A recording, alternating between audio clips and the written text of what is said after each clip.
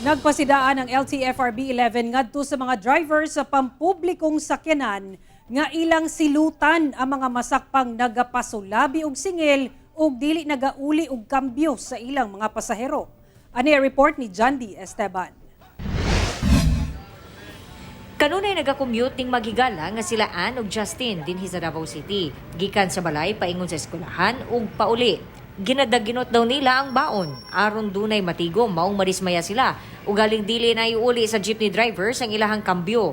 Kulang na gana kung kwarta, dili pa masuklian. Para makaipon pod basin biskan ko lang siya 3 kanang piso lang or 5 pesos. Gusto na ko masuklian kapon ko para na ko'y masulod sa kan siya or basin magamit na ko sa future.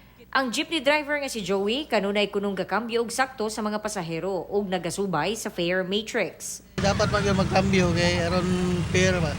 Ang Land Transportation and Franchising Regulatory Board Region 11 nagpasidaan sa mga public utility vehicle driver nga pwede silang silutan gumikan overcharging na kini. Kami padayon mi na naga-enforce sa kadalanan labi na diha sa mga drivers nga dili muhatag og saktong sukli or ginatawag namo overcharging.